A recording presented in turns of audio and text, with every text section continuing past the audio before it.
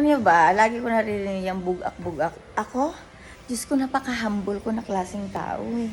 Yung sino, alam mo kung sino yung mga bugak, yung nakatikim na ng, galing sa hirap at nakatikim ng sarap ng buhay, biglang naging bugbog, ak-ak, siguro na bugbog dati ang bituka nila.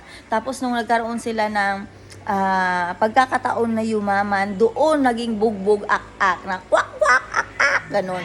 Kaya yun, mayabang na, mayabang. Dahan-dahan lang sa kayabangan. Baka ang feeling mo ay nasa ere ka, the top of the airs, of the, not the river, not in the mountain, the top of the sky, and then you're falling down. Oh my God, it's hurt. Very hurt.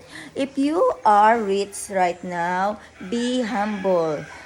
I'm scared that you experience boom. At maging laputyak. Laputyak is like a creamy if you're falling down. Be careful, be humble. Always remember that, and always thankful to Papa Jesus, to our Almighty God. Bye. Bye. See you.